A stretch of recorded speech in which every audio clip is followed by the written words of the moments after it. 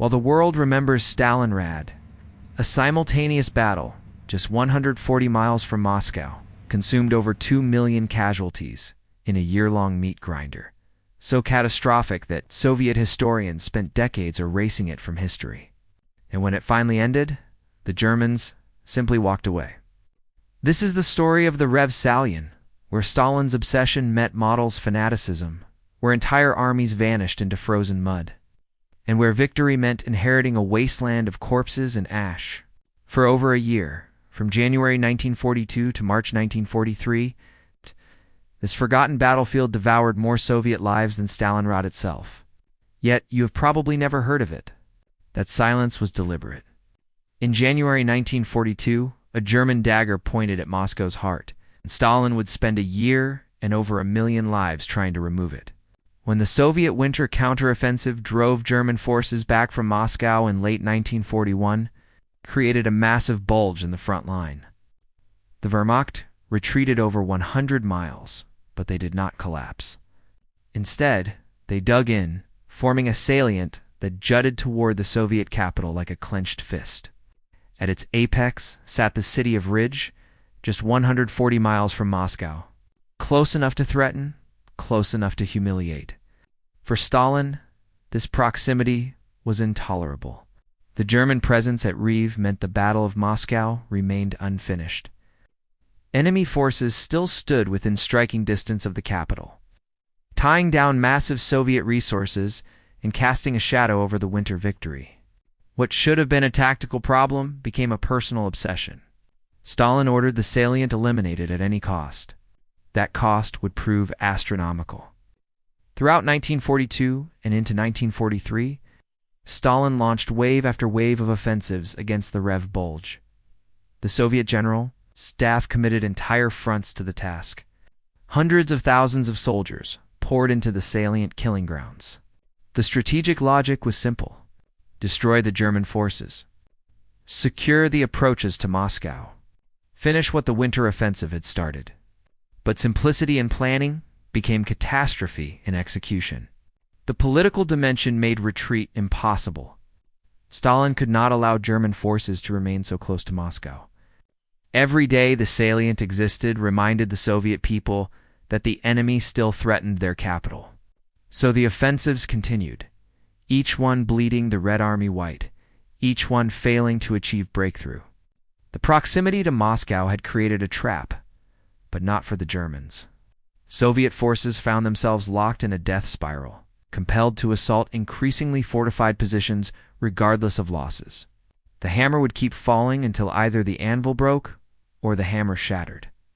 But Stalin's hammer would meet an immovable object, a German general who had transformed this salient into the most fortified killing ground on the Eastern Front.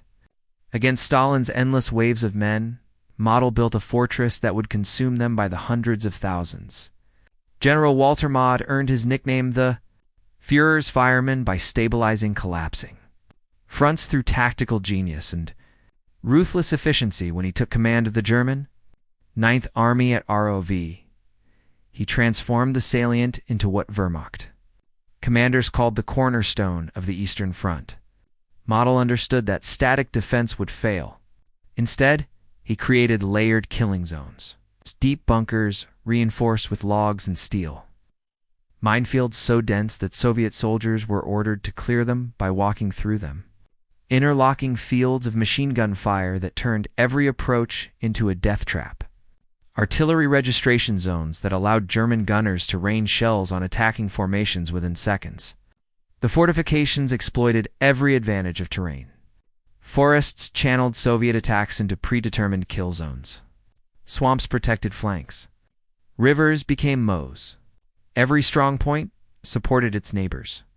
Every position had fallback lines.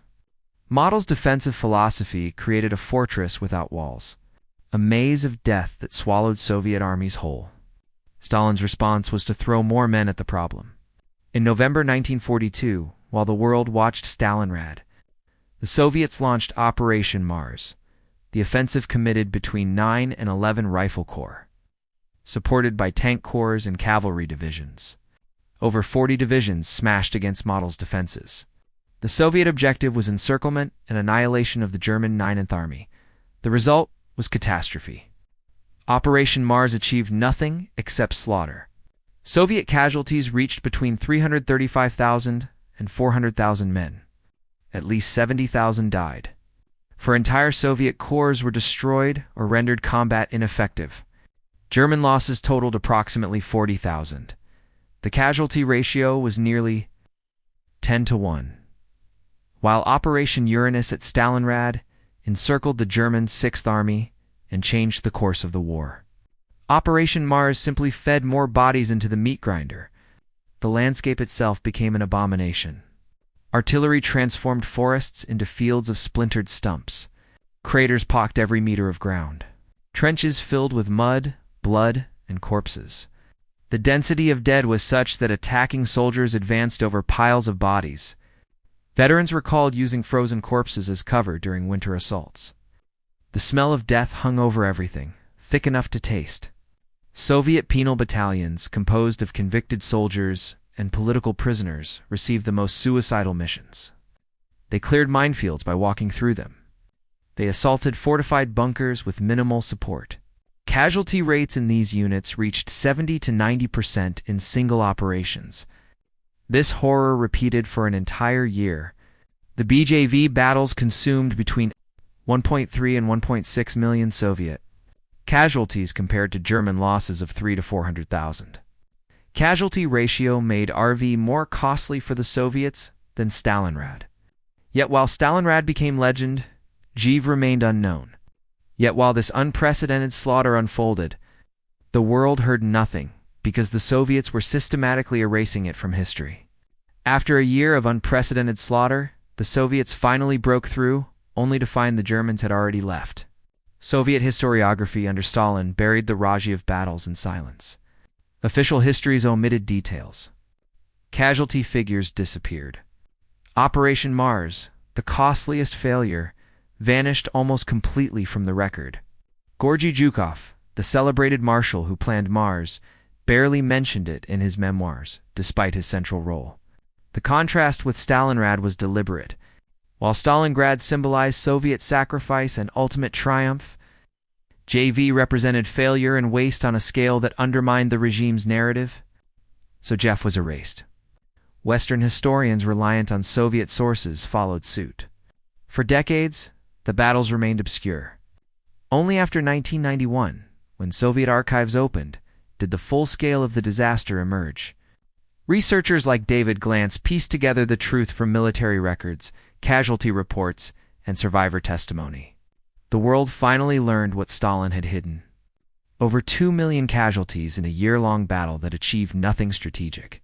But the final insult came in March 1943. The Germans decided to abandon the salient. Operation Buff, executed between March 1st and March 2nd, evacuated the entire German Ninth Army, approximately 350,000 troops. In an orderly withdrawal with minimal casualties, the tactical rationale was clear. After the disaster at Stalingrad, German forces were stretched thin across the Eastern Front. The RJV salient tied down divisions that could be used elsewhere. The line needed shortening. The salient had served its purpose as a shield and a distraction. Now, it was expendable. The Germans did not simply retreat. They implemented systematic scorched earth devastation. Approximately 40,000 buildings were destroyed. Wells were poisoned. Roads and bridges were mined with booby traps. Infrastructure was demolished. Between 30 and 50,000 civilians were forcibly deported to Germany for slave labor. The retreating Wehrmacht left behind a deliberate wasteland. When Soviet forces finally occupied Rzhev, they found empty ruins. No enemy to defeat, no victory to claim, just ash and corpses. The Soviets had lost over 1.5 million casualties for a position the enemy voluntarily abandoned. Stalin's obsession had purchased a graveyard. The Pyrrhic nature of this liberation made the cover-up even more necessary. How could the regime celebrate recapturing ruins that cost more lives than Stalingrad? How could Zhukov's reputation survive the revelation that his greatest offensive achieved nothing? So the silence deepened. Monuments were not built. Veterans were not celebrated. Families received no answers about sons and fathers who vanished into the Rzhev meat grinder. Modern Russian and German historians now assess Rzhev as epic, tragic, and largely futile. The current consensus is brutal in its clarity. Neither side achieved lasting strategic advantage proportionate to the losses suffered. The salient tied down forces on both sides. But the cost in human life was disproportionate to any military benefit. For the Soviets especially, Rzhev stands as a symbol of Stalin's willingness to accept any casualty rate in pursuit of objectives driven more by ego than strategy. The story of Rzhev asks a haunting question. How many other forgotten meat grinders lie buried in the archives of history? The Rzhev salient stands as history's most forgotten catastrophe. For over a year, Stalin's obsession and Model's fanaticism consumed more than 2 million casualties in pointless attrition. The fighting was as brutal as any on the Eastern Front. The losses exceeded Stalingrad. The tactical sophistication of German defenses met the grinding persistence of Soviet offensives in a collision that obliterated armies. Yet the final outcome mocked the sacrifice. The Soviets achieved a Pyrrhic victory when the Germans simply walked away, executing a planned withdrawal that rendered the entire year of slaughter meaningless. The catastrophe was so complete that it took half a century, and the fall of the Soviet Union for the world to even learn it happened. Rzhev reveals uncomfortable truths about the Eastern Front. It demonstrates that not all Soviet offensives were brilliant operations. It shows that German defensive skill could inflict staggering casualties even when strategically doomed.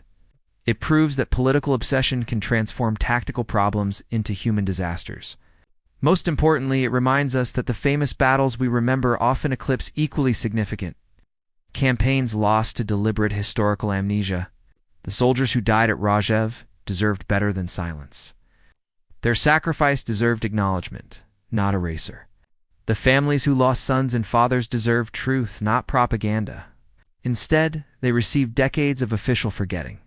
Their suffering deemed inconvenient to the state narrative of inevitable Soviet triumph. Today, the BV Memorial to the Soviet soldier stands on the old battlefield. Erected only in 2020, it represents belated recognition of a forgotten slaughter. But recognition cannot resurrect the dead or restore the lost years of silence. The memorial asks visitors to remember what the Soviet state worked so hard to forget. That victory's price can be so high, it becomes indistinguishable from defeat. And that some battles are remembered not for what they achieved, but for what they reveal about the terrible mathematics of attrition warfare and the human cost of strategic obsession. If you enjoyed this story, hit subscribe for more World War II historical deep dives every week. Thanks for watching.